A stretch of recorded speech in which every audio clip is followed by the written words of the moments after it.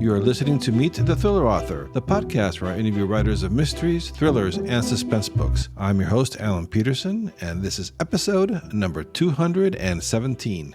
Today's guest is Joshua Moehling, the USA Today best-selling author of the critically acclaimed Ben Packard thriller series. Joshua's latest novel, A Long Time Gone, the third book in the series, was published on February 4th. Joshua grew up as an Army brat, moving frequently throughout the United States and Germany. After attending college in South Dakota and Minnesota, he settled in Minneapolis where he writes his books. Before we get to the interview, though, I have a really exciting announcement to make. Today is May 13th, and it's the official release day of the audiobook version of my psychological thriller, The Basement. You can order your copy now at thrillingreads.com/513. That's thrillingreads.com/513. I have a little surprise here to celebrate the audiobook's release. I'm going to share a special preview with you right now. It's a little excerpt from a couple of the chapters.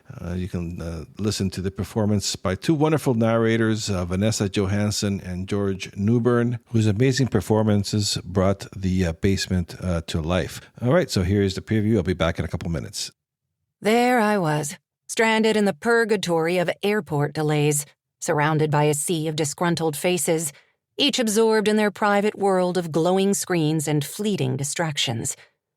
I squeezed between an indifferent youth wearing chunky wireless headphones, lost in his digital bubble, and a middle-aged woman engrossed in her e-reader, their ignorance of my presence a small mercy in this crowded space. The last thing I wanted to do was chat with strangers. The incessant jingle of slot machines, a bizarre symphony that's become the backdrop of my life in Las Vegas, failed to distract me from the gnawing sense that I shouldn't be taking this trip. I ignored it, and I sat there for a while, waiting for an update from the airline. The sounds of slot machines at the airport were still surreal, even though I'd been living in Las Vegas for almost 2 years. If there was one thing Las Vegas did well, it was making it easy to gamble, no matter where you are. Slot machines at the airport? Check. The convenience store? Check. Gas station? Check. I was anxious. Cassie was returning. I was aware she wanted no contact with me, just as she desired no contact with our mother before her passing. However, she was my sister. I couldn't let her just cut me out of her life. I didn't know how things became so strained. Well, that's not really true. I did know, but it had been a long time since we were kids. How could she continue to harbor such resentment and animosity? What's past is past. What's been done could not be undone. So why bother devoting even a second thinking about the past? I glanced at the flight tracking app on my phone. The plane was finally up in the air after the delay. She's en route, I informed my spouse, Jillian, who merely gazed at me and sulked. She despised my sister. And I got it. She only perceived matters from my perspective. All right. Hope you enjoyed that preview. Again, the audiobook is available now at thrillingreads.com/513. And all right, here is my interview with Joshua Moehling. Hey, everybody. This is Alan with Meet the Thriller Author. And on the podcast today, I'm excited to have Joshua Moehling joining us on the show. He's a USA Today bestselling author of the critically acclaimed Ben Packard thriller mystery series. The third book in that series, A Long Time Gone, was recently published on February 4th. Welcome to the podcast. Thanks for having me, Alan. I'm happy to be here. Yeah, really excited to talk to you. So just to get things going here for listeners who might just be discovering your work for the first time, can you tell us a little bit about yourself and your Ben Packard mystery series? Yeah, so I live in Minnesota. I'm a full-time author now, and I've been trying to write a novel for probably over 20 years. A lot of fits and starts along the way, but my first novel that I got published was called And There He Kept Her, and it's set in a small town in rural northwestern Minnesota. And the main character is Ben Packard, who is a sheriff's deputy who has returned to this small town that he knows from his childhood to take this job as a sheriff's deputy. And he's been a police officer in Minneapolis prior to that. He's also a gay man who's, in light of this decision to try to kind of have a fresh start in a small town, he's trying to figure out what his life looks like in this community that he's chosen to settle in. Yeah, and well, congrats on going full time. And I just wanted to share this with the audience probably, the listeners probably won't care, but I think it's kind of an interesting connection. Although we've never met in person, we both worked at the same company. So Yeah, that's crazy. yeah, small world. So when I saw that, I Yeah. was like, oh, what are the odds of that?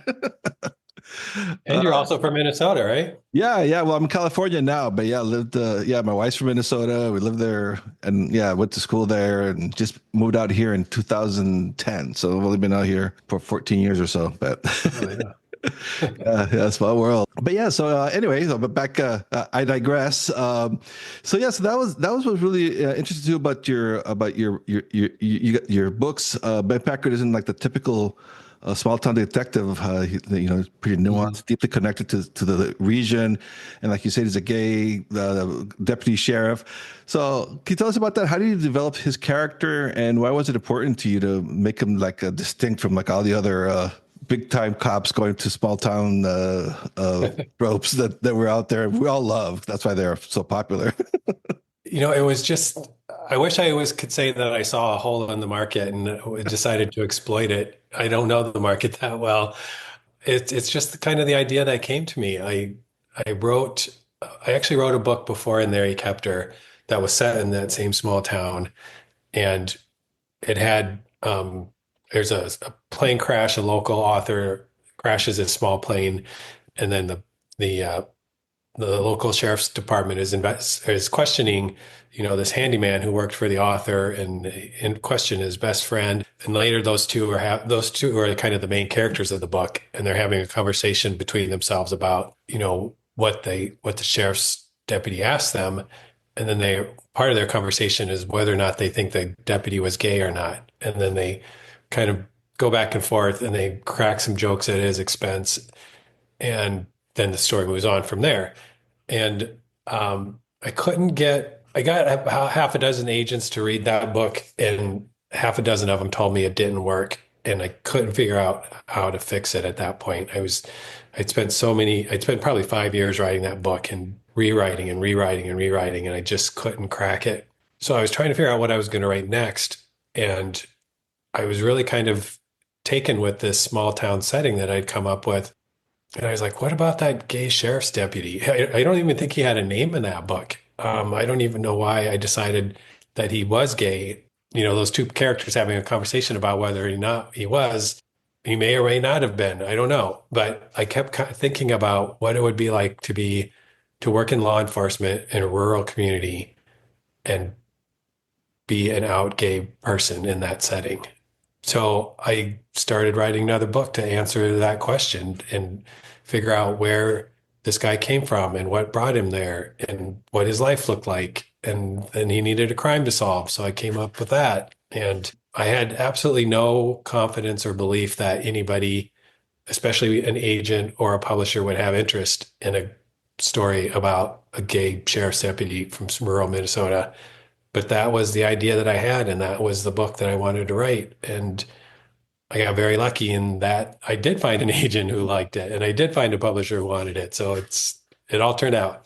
Yeah, so and that's very fascinating too. Like you mentioned before, like you wrote for like 20 years, and some of those novels didn't go far, didn't get published. Can you share about that, about that journey and how those experiences shaped you into the writer that you are today? And I mean, it's all worked out now, but I'm sure it was kind of bleak there for 20 years. Yeah, it was. I mean, I've wanted to be an author since I was a kid. That was the dream since I was probably 11 years old and read my first Stephen King book. And I was like, I want to be Stephen King when I grow up. Mhm. I was an English major in college. I got half of an MFA before I dropped out. That was kind of in my early mid 20s. And then a long time went by where I just wasn't writing at all. I was kind of trying to figure out a career and my life and going out and screwing around. And, writing was just way, way, way down the list of priorities. And then I was probably in my mid 30s, and I started to question myself. I was like, this is something that you always wanted to do. Are you going to do it or not? So that's when I really kind of sat down and started to take the writing more seriously. And at that time, writing a novel to me just seemed like I'll write a novel like I'll climb Mount Everest. It's impossible. I'd only written like short stories to that point. But I had an idea and I was like, well, let me just see what happens if I try to work on this idea. And so that's what I did. And then I wrote and wrote. I had 10 pages, then I had 20 pages, then I had 50, then I had 100. And eventually I had a novel length manuscript on my hands. And it was garbage. It was terrible. But writing that book taught me that I could write a book. It taught me that it was not an impossible journey, or something that, you needed years of training and specialized equipment to do. All you needed to do was sit and do the work. And page by page, it adds up to a book, right? Mhm. So, and I took some classes at a local writing organization here in the Twin Cities, and had a really great mentor and teacher for a while. But yeah, it's like you said, it's a little bit bleak to put all this time and energy into something and then realize you got to set it aside and do something else, which in this case means write another book. So that's what I did. I wrote that first book, was not good. I put it away. I sat down and spent several years writing another book. I think I wrote these two books before I wrote And There He Kept Her. But again, like I said, I got a few agents to read that second book, but it just didn't work. And so again, you have to set it aside and say, okay, I'm going to start all over again, which is hard to do after you've invested all that time and energy into something. But for me, that's what it took to get to where I am at this point. I mean, I've learned something from all of that writing. None of it was wasted, in my opinion. All of it kind of trained me and taught me and helped me build my skills and helped me write the book that eventually got me an agent and a publishing deal. Yeah, I can't remember who said this or where I read it, but there was somebody who said there's no such things as wasted words. It's all just practice. So I'm like, oh, that's pretty cool. Yeah. So yeah, It's not the most inspiring story. I kind of hate telling it because it's just like it's like you said, it's kind of bleak, but no, that's the path that I took. That's what it took me, and yeah, how no. long it took me. Yeah, but no, that's good though, because I have a lot of aspiring writers that listen to this podcast. So it's a really good lesson is, don't give up, just keep writing, and it's not all for waste, eventually keep plugging at it. Yeah, everybody wants to sell that first book and get a giant publishing contract. And that happens. It happens every day, I think, but that was not my journey. Yeah. So can you tell us about a long time gone then? What's the story about, and what inspired the storyline for you? Yeah, so I'm writing a series with this Ben Packard character, and I mentioned he came back to this small town that he knew from his childhood. His grandparents had a house in this small town on a lake, and he spent summers and holidays at this house. And they had a lot of great memories. It was a place they went to a lot until one year, and his brother left on a snowmobile in the middle of the night and never was seen again.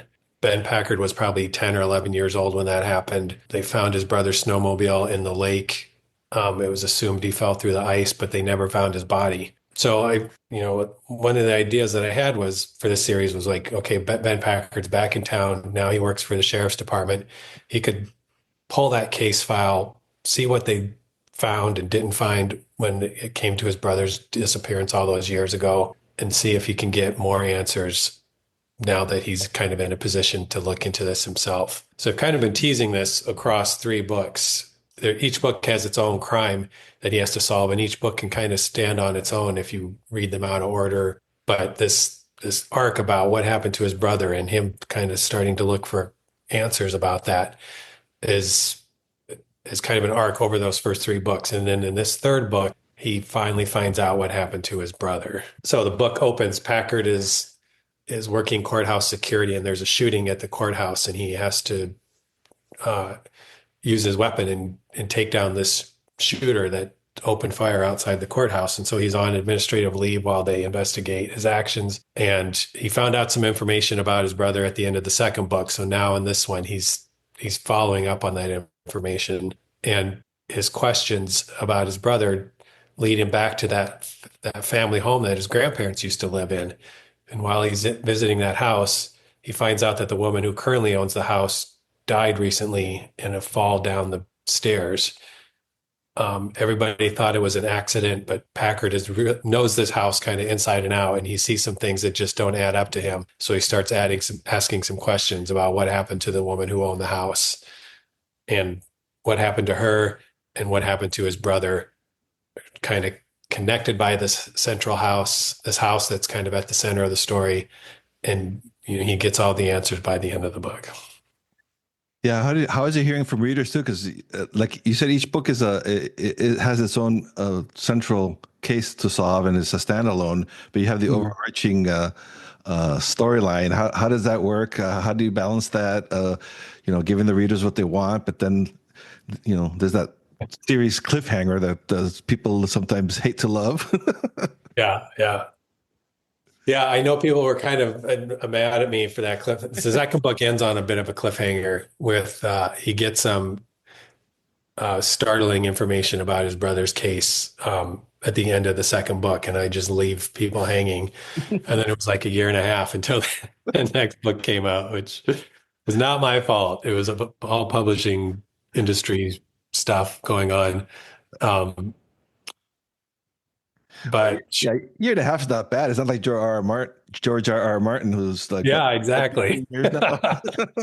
That guy's kept people waiting for, what's it been, 15 years now? I don't know. He's now. Yeah. Yeah. So yeah, it's it's kind of funny because that arc about the brother is something that I added when the book was on submission. I met with an editor at another publisher, and she said, I want Ben Packard to have a personal connection to this small town, which he did not have in the version of the book that she read. And so that was something I kind of added at the end that, okay, he knows this town. He spent time in this town as a kid. Why has he been gone? Why has he been gone all these years, and what's brought him back? And so then I added the question about the brother disappearing and what happened to the brother. And I had no idea when I wrote that what happened. I was like, well, that's a problem for tomorrow. And so I wrote it, I added that part to the book, and then I knew in the second book when I was writing it, I like, we're not going to get to the brother in this book because there's too much going on in this book. There's its own crime in that book that he has to solve, and then there's the question of him running for sheriff in an election, and that's a big part of the story in that second book. So I kind of, dropped this bombshell on him as far as his brother's story that goes at the end of the second book. And by that point, I kind of had an idea of what had happened to the brother. And there's some clues that I put in that information at the end of the second book that he follows up on the third one. And I knew I couldn't drag this on any longer. And I didn't really want to drag it on any longer. It's like 3-book arc is plenty.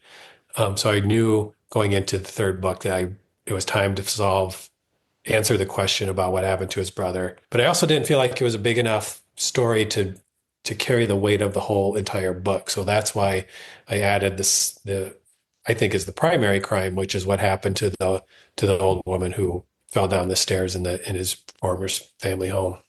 And I think it was pretty cool too. I was reading in your when I was doing research for this interview that you attended the Scott County Sheriff Citizens Academy to better understand police procedures. That's I didn't realize that you could do stuff like that. That's pretty cool. Can you tell us about that?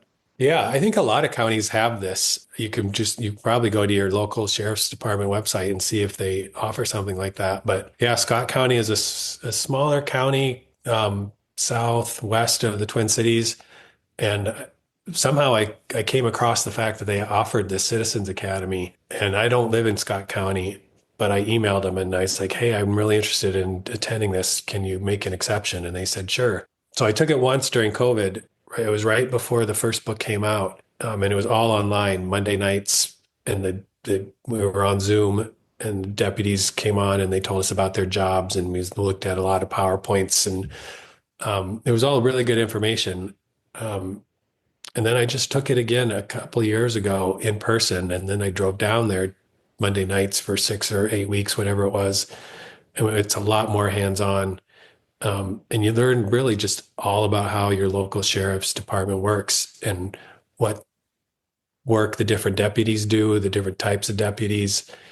We met like the canine handler and the dog. We got to fly the drone. We got to go to the jail and meet the jail workers. met with the sheriff and learned what he did.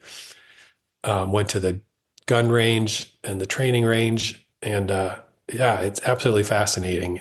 If anybody's writing police procedurals, I think it's an invaluable resource if you can find it in your local community.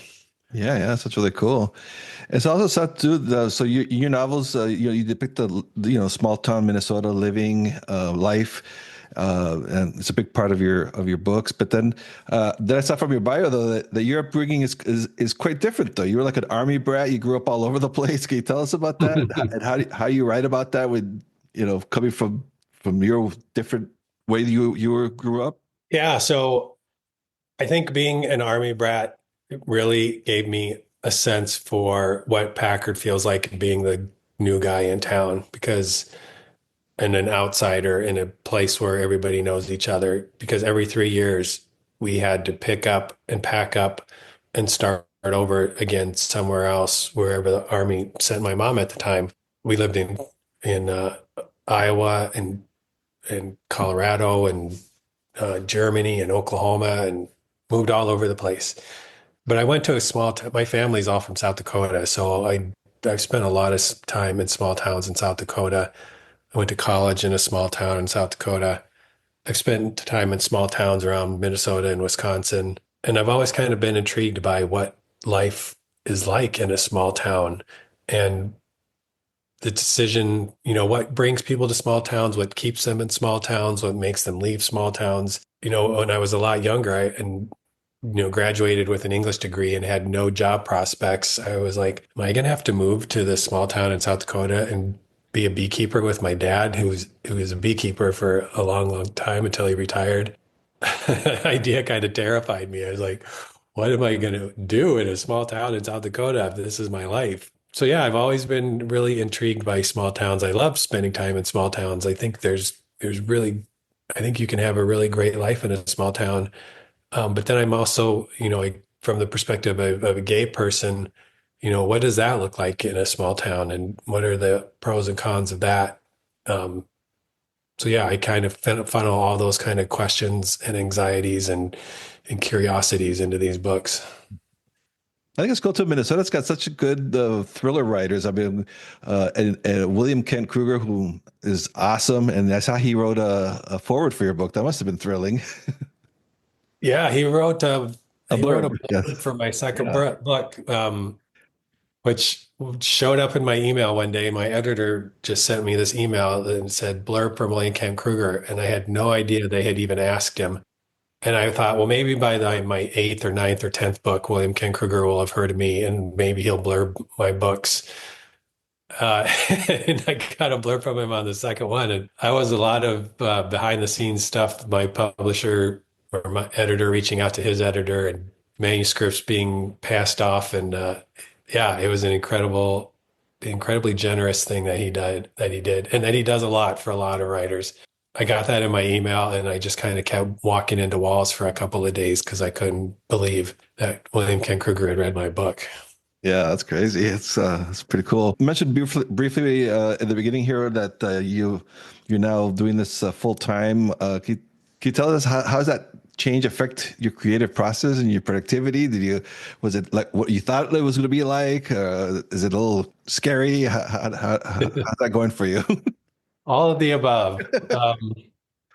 Yeah, so I just left my job in December. So it hasn't been that long yet. In some ways, my routine hasn't changed too much. I still get up early. Um, But instead of getting on Zoom calls for my day job, I sit down and at my computer and work on whatever it is I'm working on. I go to the gym in the middle of the day and then I come home and work for a few more hours. The writing used to be what I did in the evenings. And so like I would work all day and then we would have dinner and then, I would usually like kind of write from 8 to 9:30 or so. We called it hobby time in our house because we try to turn off the TV and then do something productive with ourselves. And my husband plays guitar and he paints and I write, and so now I'm writing during the day, and I need to find a new hobby to work on in the evening because I'm spending too much time watching TV in the evening now when I used to be writing. Yeah, no longer a hobby now. Huh? Oh, it's my job. Now I need a new hobby. Yeah. And so what's your process like that for writing? Are you an outliner or do you just kind of like discovery writer? It's a little bit of both. I think the first book in there, I kept her, I completely pantsed because I just, I knew this small town because I'd written a book before that, but everything else was all new to me. And it probably took me 5 years to write that first book. And I couldn't really see past the end of my nose on that or a chapter ahead. And it caused a lot of rewrites. And I would get to like halfway to in the book and I'd be like, oh, you know what? This is missing. It needs X. And then I'd go back and have to pull that thread all the way through what I'd already written. Um, so yeah, I totally pants that first book. Um, for the second book, where the Dead Sleep, I wanted to write a whodunit. The first book, there's no mystery in the first book. You know who the bad guy is. You know where those missing kids are from the very first chapter. There's other things that kind of propel that book. But in the second one, I was like, I wonder if I can write a whodunit and keep people guessing about who the killer is until the end. And so that one, I spent a lot of time thinking about the crime, thinking about the people, knowing up front who the killer was. Um, I kind of had probably a little bit of an outline before I started writing. I usually kind of know the main beats now of the story and write towards those beats. And then the third one was probably again probably a little bit of the same. I knew what happened to Nick.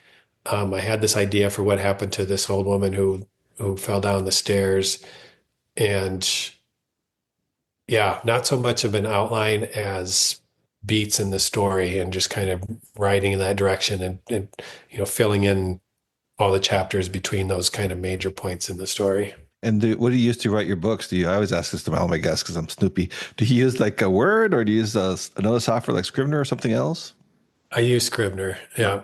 I probably know 5% of what Scrivener can do. Yeah, that's all it takes, man, right? That's all it takes. That software can do so much, and you can spend half your writing time putting labels and colors and things and note cards. I don't know. I don't know how to do any of that. I just keep making a new document, a new document, new document.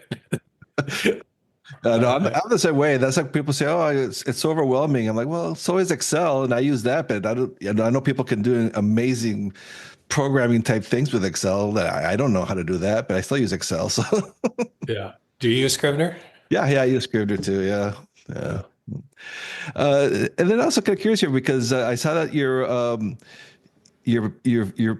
publishers got signed you up enough to do more of these books. Can you tell us a little bit about that? Are you like exclusively working now on the Ben Packard series? Do you have other characters that you're thinking about? Yeah. So I originally had my first contract with Poison Pen Press was 2 books, and then they pretty quickly signed me up for 2 more books. And so all of those are Ben Packard books. I just finished writing the 4th book and turned it into my editor.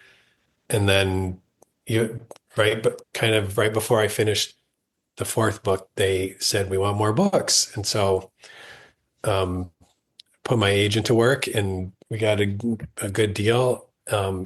So yeah, I've got a new contract with them for 3 more books. And one of those books will be a standalone. So 2 more Bam Packard books after the 4th one for sure.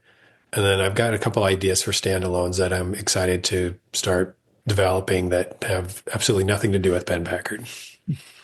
And so when does the next Ben Packard come out? That comes out next year? Yeah, good question. I don't know. Oh, yeah, that's true. I'm guessing it'll probably be spring, summer 2026. Yeah. Yeah.